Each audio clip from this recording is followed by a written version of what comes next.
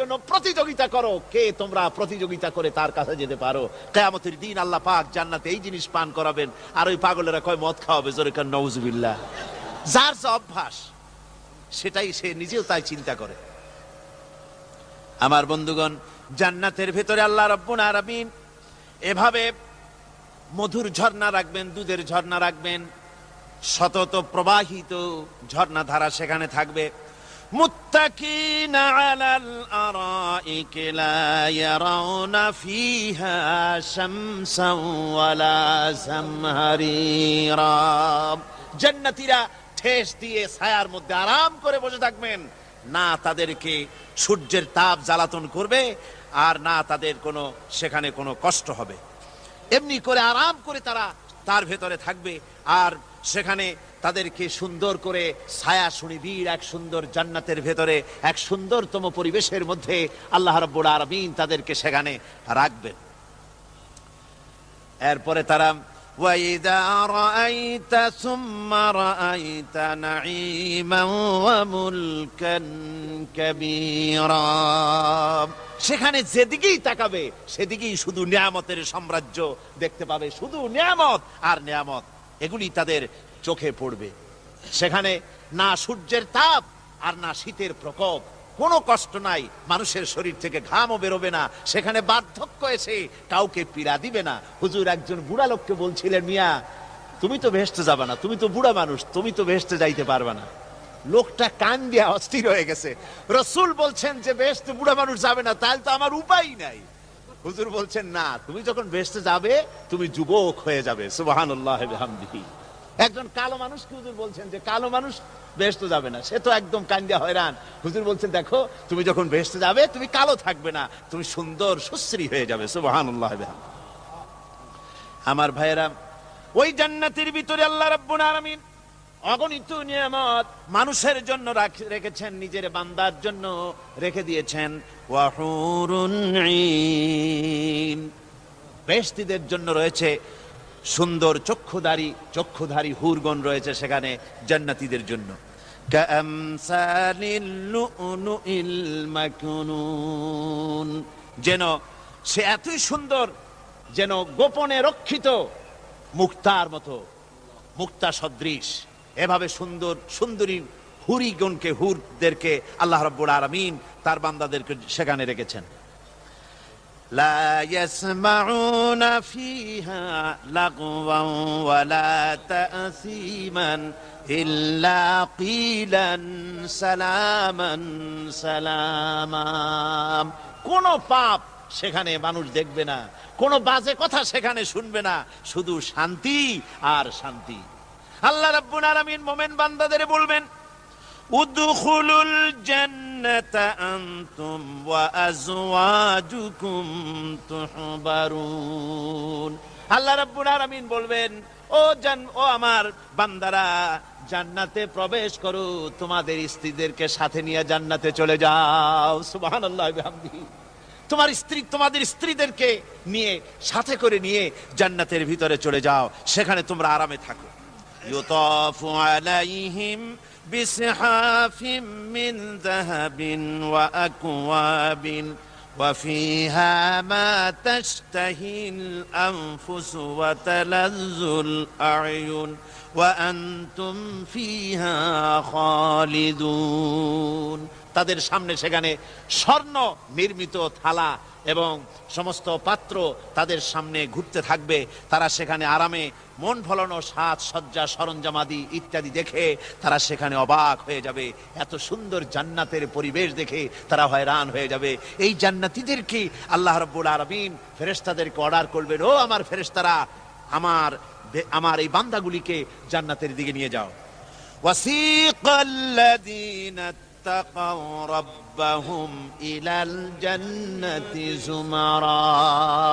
যারা আল্লাহকে ভয় করে জীবন চালায়েছে, আল্লাহকে ভয় করে যারা জীবন সমাজ ব্যক্তি পরিবার রাষ্ট্র পরিচালনা করেছে, আল্লাহ রাব্বুল আলামিন বলবেন, ও আমার ফেরেশতারা, আমার এই বান্দাগুলিকে জান্নাতের দিকে নিয়ে যা।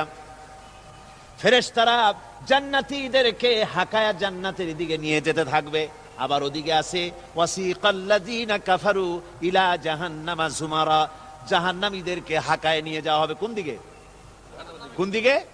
জাহান্নামের দিকে। এখন ওয়াসিকা মানে হাকায় নিয়ে যাওয়া, বেহেশতীদেরকেও হাকায় নিয়ে যাবে, আর জান্নাতীদের কি কয় দোজখী যারা তাদেরকেও হাকায় নেওয়া হবে, আর বেহেশতীদেরকেও হাকায় নেওয়া হবে। এটা কেমন কথা? দুই জায়গায় হাকানি খাওয়ান লাগবে। হাকানি বোঝেন তো? ধাক্কা। তো দুই জায়গায় ধাক্কা খাইতে হবে, তাহলে কিরকম বেহেশত যে ফেরেশতাদের ধাক্কা খাইতে খাইতে যাওয়া লাগবে? ব্যাপারটা কি আমার ভাইরা? ব্যাপারটা হচ্ছে এই, আমি দৃষ্টান্ত দিতে গিয়া বলি, অনেকদিন বন্ধুর সঙ্গে দেখা হয় নাই, বহু বছর পর হঠাৎ করে এক বন্ধু আর এক বন্ধুর বাড়িতে এসেছে, যে বলছে ভাই যদিও বহু বছর পর এসেছি কিন্তু আমার হাতে সময় নাই, আজ আমি বেশ সময় তোমার বাড়িতে থাকবো না। ওই বাড়িওয়ালা বন্ধু বলে, বন্ধু যতই ব্যস্ততা তুমি দেখাও না কেন, আজকে যখন তোমার একবার পাইছি আমি তোমাকে ছাড়বো না। এই হলো একটা ছাড়বো না। আর ঢাকা হাইকোর্টের সামনে থেকে মকিম গাজী পালায় গেছে, ডাকাত। পুলিশ খুঁজতে খুঁজতে হয়রান হইয়া এই ডাকাতটারে যদি পাওয়া যায়, আর ওই ডাকাত যদি বলে স্যার আপনি আমার ধর্মের ভাই, আপনি আমার বাপ, আপনি মেহেরবানি করে আমাকে ছেড়ে দেন, পুলিশ বলবে বেটা গোটা পুলিশ বাহিনী তোর জন্য হয়রান, তোরে যখন একবার পাইছি তোরে আর ছাড়বো না। তাহলে বন্ধুর ছাড়বো না আর পুলিশের ছাড়বো না এক জিনিস? এক জিনিস না।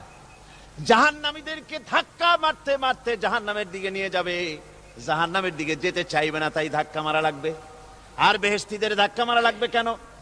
বেহেশতীরা যখন জান্নাতের দিকে যেতে থাকবে ওদের জন্য লাল কার্পেট সম্বর্ধনা দেওয়া হবে। এই দুনিয়ার পচা লাল কার্পেট না, এত সুন্দর করে সাজানো থাকবে। এক একটা মঞ্জিলে যখন যাবে জান্নাতীদের জন্য সাজানো মঞ্জিল দেখে তারা মনে করবে এইটাই বুঝি বেহেশত। ঘটি বাটি লোটা যা আছে তাই নিয়ে ওইখানে বসে পড়বে। ফেরেশতারা কবে যে আল্লাহর বান্দা তুমি এখানে বসছো কেন, এটা তো বেহেশত না। কয় এক থেকেও ভালো আছে নাকি? কয় আছে না, ওঠো, আরে মিয়া উঠো। এইভাবে করে ধাক্কা মারবে, ওঠো সামনে যাও। আবার যখন সামনে যাবে সেখানে এর থেকে আরো সুন্দর পরিবেশ দেখে ওইখানে আবার বসে পড়বে, মনে করবে এইটা বুঝি বেহেশত। বলা হয় ফেরেশতারা বলবে আল্লাহর বান্দা এটা জান্নাত না, এর থেকেও ভালো জায়গা, সুন্দর জায়গা আছে। এইভাবে ধাক্কা মারতে মারতে তাদেরকে জান্নাতের কাছে নিয়ে যাওয়া হবে। হাত্তা ইযা জাউহা ওয়া ফুতিহাত আবওয়াবুহা ওয়া ক্বালা লাহুম খাযানাতুহা সালামুন আলাইকুম তিবতুম ফাদখুলুহা খালিদিন। এভাবে ধাক্কাতে ধাক্কাতে যখন তাদেরকে জান্নাতের দরজার কাছে নিয়ে যাওয়া হবে, আগে থেকেই তাদের জন্য দরজা খোলা থাকবে। সুবহানাল্লাহ। আগে থেকেই জান্নাত খুলে রাখা হবে। তাদেরকে বলা হবে, ওই জান্নাতের পরিচালক তিনি বলবেন আসুন, ওয়েলকাম করবেন তাদেরকে, সালামুন আলাইকুম, আপনাদের প্রতি আল্লাহর শান্তি বর্ষিত হোক। বড় ভালোভাবে জীবন যাপন করেছিলেন দুনিয়ায়, আল্লাহর হুকুম মেনে চলেছিলেন, আল্লাহর হুকুম পালন করেছিলেন। দুনিয়ার বুকে বড় অশান্তি, মানুষের নির্যাতন, মানুষের বদনামি, জেল জরিমানা, রাত জেগে তাহাজ্জুদের নামাজ পড়া, জিহাদের ময়দানে কষ্ট করে রক্ত দেওয়া, শহীদ হওয়া, কত কষ্ট করে আল্লাহর দ্বীন জমিনে কায়েমের চেষ্টা করেছেন, নিজের জীবনকে ভালো রেখেছেন, পবিত্র রেখেছেন। আজকে আপনার জন্য এই জান্নাত, ফাদখুলুহা খালিদিন, জান্নাতে প্রবেশ করুন এবং চিরকাল এই জান্নাতের ভিতরে থাকুন। আল্লাহ রাব্বুল আলামিন ওই জান্নাতের সবকিছু দান করে দেবেন তাদেরকে, বেহেশতের মধ্যে তারা পৌঁছে যাবে। আর এই বেহেশতে পৌঁছে যাওয়ার আগে আরেকটি ঘটনা ঘটবে। সেটা হচ্ছে আল্লাহর নবী তিনি কাঁদতে থাকবেন। আল্লাহ রাব্বুল আলামিন বলবেন, নবী আপনি কাঁদেন কেন? আজকে তো আপনার কাঁদার দিন না, আজকে তো কাঁদার দিন না, কেন কাঁদেন? মাকামে মাহমুদ দিয়েছি, আপনাকে কাউসার দান করেছি, কেন কাঁদেন? নবীজি বলবেন, রব্বুল আলামিন আমি দেখতে পাচ্ছি মাঝে মাঝে ফেরেশতারা আমার উম্মতগুলিকে জাহান্নামের দিকে নিয়ে যাচ্ছে। আল্লাহ রাব্বুল আলামিন বলবেন, ও আমার নবী, ও আমার হাবিব, জান্নাতি উম্মতগুলি আপনি বাছাই করে নেন। হযরত আয়েশা রাদিয়াল্লাহু তাআলা আনহা বলেছেন, একথা শোনার পরে আমি প্রশ্ন করলাম, ইয়া রাসূলুল্লাহ ওই পরকালে কিয়ামতের ময়দানে অসংখ্য নবীদের মাঝে, অসংখ্য নবীদের অসংখ্য উম্মতের মধ্য থেকে আপনার জান্নাতি উম্মত আপনি কি করে বেছে নেবেন? হুজুর বলেন, আয়েশা শরীফ, যদি কোনো ঘোড়ার কপাল যদি থাকে সাদা, আর সাদা কপালওয়ালা ঘোড়াটা যদি অনেকগুলি ঘোড়ার মধ্যে হারিয়ে যায়, তাহলে সাদা কপালওয়ালা ঘোড়াটারে কি তার মালিক খুঁজে পাবে নাকি? হযরত আয়েশা বলেন, হুজুর অনায়াসে পাবে। হুজুর বলেন, কিয়ামতের দিন অসংখ্য মানুষের ভিতরে আমার জান্নাতি উম্মত আমি এইভাবে বেছে নেব, যারা দুনিয়ার ভেতরে নামাজ পড়েছে, ঈমান এনেছে, ঈমানদার ছিল, দ্বীনের কাজ করেছে, আল্লাহর সাথে নাফরমানি করে নাই, নামাজ পড়েছে সঠিকভাবে, আল্লাহর সঙ্গে নাফরমানি করে নাই, সঠিকভাবে দিন পালন করেছে, তাদের চেহারার ভিতরে ঈমানের নূর চমকাতে থাকবে। ওই ঈমানের নূরের চমক দেখে দেখে আমার উম্মতগুলি আমি বাছাই করব। সেদিন ওই কিয়ামতের ময়দানে যারা নামাজ পড়ে না, রোজা রাখে নাই, বরং দ্বীনের সঙ্গে বিরোধিতা করেছে, আল্লাহর সঙ্গে নাফরমানি করেছে, ইসলামকে অস্বীকার করেছে, আল্লাহর দ্বীন যারা জমিনে কায়েম করতে চায় তাদের সঙ্গে বেয়াদবি করেছে, ওরা বলবে, হে রাসূল, আমিও তো আপনার উম্মত, আমারও সুপারিশ করুন। আল্লাহ নবী বলবেন, ভেগে যাও, দূর হয়ে যাও, তুমি যদি আমার উম্মত হবে, তুমি যদি আমার উম্মত হবে, তাহলে এসব উম্মতের মতো ঈমানের নূরের চমক তোমার ভিতরে আমি দেখতে পেতাম। ওই হাসরের ময়দানে আল্লাহ নবী যদি বলেন, তুমি আমার উম্মত নও, ভেগে যাও, এর থেকে অসহায়, এর থেকে এতিম অবস্থার মানুষের জন্য কিছু হতে পারে না। আল্লাহ এই দুরবস্থা থেকে আমাদেরকে যেন হেফাজত করেন। আল্লাহ রব্বুল আলামিন যেন আমাদেরকে নবীর সুপারিশ কিয়ামতের দিন আমাদের জন্য নসিব করে দেন। জোরে বলেন আমিন। আল্লাহ পাক জিজ্ঞেস করবেন, ও আমার বান্দারা, ও আমার জান্নাতি বান্দারা, আমি তোমাদেরকে যে সব ওয়াদা করেছিলাম সেই ওয়াদা মতো সব পাইছো কিনা? আমি ওয়াদা করেছিলাম আমার জন্য রাত জেগে যদি তাহাজ্জুদের নামাজ পড়ো, নামাজ, রোজা, হজ, যাকাত যদি করো, আমার দিন কায়েমের জন্য যদি আন্দোলন করো, রক্ত যাও, আমার জন্য যদি কষ্ট করো, শহীদ হও, তাহলে আমি তোমাদেরকে জান্নাত দেব। যত ওয়াদা করছিলাম তা পেয়েছো কিনা? জান্নাতীরা বলবে, ক্বালু নাআম, সব পেয়েছি, সব নিয়ামত পেয়েছি। আল্লাহ বলেন, সব পাও নাই, ওয়ানাদাইনা মাজিদ, আমার কাছে আরো বেশি আছে, আমার কাছে আরো বেশি আছে, সব পাও নাই। জান্নাতীরা বসে থাকবেন, বুঝতে পারবেন না, এত নিয়ামত পেয়েছি, আল্লাহর কাছে আরো আছে। আল্লাহর নবী তখন মুখ খুলবেন, নবীজি বলবেন, রব্বুল আলামিন, জান্নাতীরা বলতে সাহস পেতেছে না, সব পেয়েছি ঠিকই, কিন্তু যার জন্য গভীর রাতের আরামের ঘুমকে হারাম করে তাহাজ্জুদের নামাজ পড়েছে, যার জন্য স্ত্রী পুত্র পরিজনের মায়া পরিত্যাগ করে জিহাদের ময়দানে শহীদ হয়েছে, যার জন্য জেল খাটলো, জরিমানা দিল, যার জন্য নির্যাতিত হলো, সে আল্লাহ রব্বুল আলামিনকে তারা এখনো দেখে নাই। আল্লাহ রব্বুল আলামিন বলবেন, আমি আমার বান্দার সে আরজ পুরা, সে আরজি পুরা করব। আল্লাহ রব্বুল আলামিন তার সামনের থেকে সমস্ত নূরের পর্দাগুলি সরে যাবে, রব্বুল আলামিন তার বান্দার দিকে, বান্দার সামনে জালুয়া আফরোজ হবেন।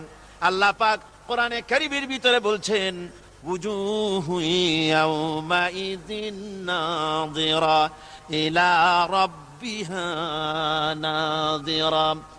বান্দা, আল্লাহ পাক বান্দার দিকে তাকিয়ে থাকবেন, আর সমস্ত বান্দারা আল্লাহ রাব্বুল আলামিনের দিকে তাকিয়ে থাকবে। এই অবস্থায় কত কাল চলে যাবে কেউ টের পাবে না।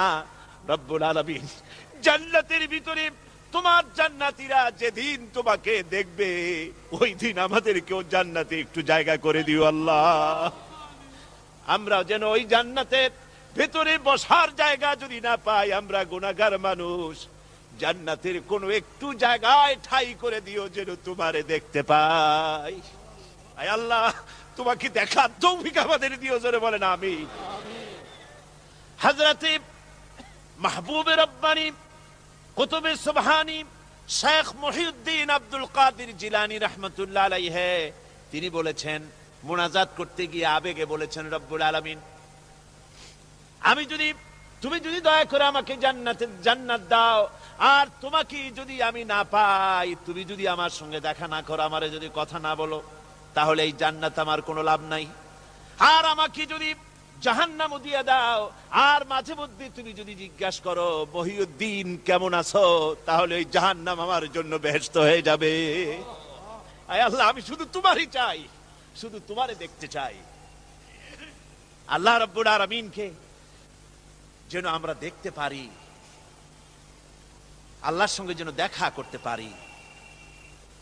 আয় আল্লাহ পাক, বিশাল জনসমুদ্র নিয়ে কোরআনের কথা আলোচনা করেছি, দরুদ ও সালাম পড়েছি। মেহেরবানি করে দরুদ ও সালাম টুকুন হুজুরে পুরনূর সাল্লাল্লাহু আলাইহি সাল্লামের রূহ মুবারকে পৌঁছে দাও।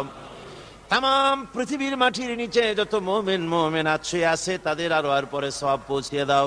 আমাদের মা বাপ যারা কবরে শুয়ে আছে তাদের রুহের পরে সওয়াব পৌঁছে দাও। রব্বির হামহুমা কামা রব্বায়ানি সগীরা, রব্বির হামহুমা কামা রব্বায়ানি সগীরা। আল্লাহুম্মা ইন্না নাসআলুকাল ফি'লাল খায়রাত ওয়া তারকাল মুনকারাত ওয়া হুব্বাল মাসাকিন। اللهم اعز الاسلام والمسلمين، اللهم اهلك الكفرة والمبتدعة واليهود والهنود والمشركين، اللهم شتت شملهم، اللهم مزق جمعهم، اللهم دمر ديارهم।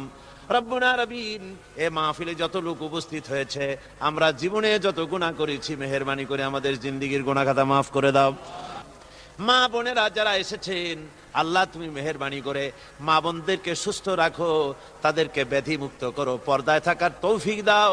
স্বামী সন্তান নিয়ে ইমানের সাথে ইজ্জতের সাথে আল্লাহ দুনিয়ায় আরামের সাথে বসবাস করার তৌফিক দিয়ে দাও। রব্বানা তাকাব্বাল মিন্না ইন্নাকা আনতাস সামিউল আলিম وتب علينا إنك أنت التواب الرحيم.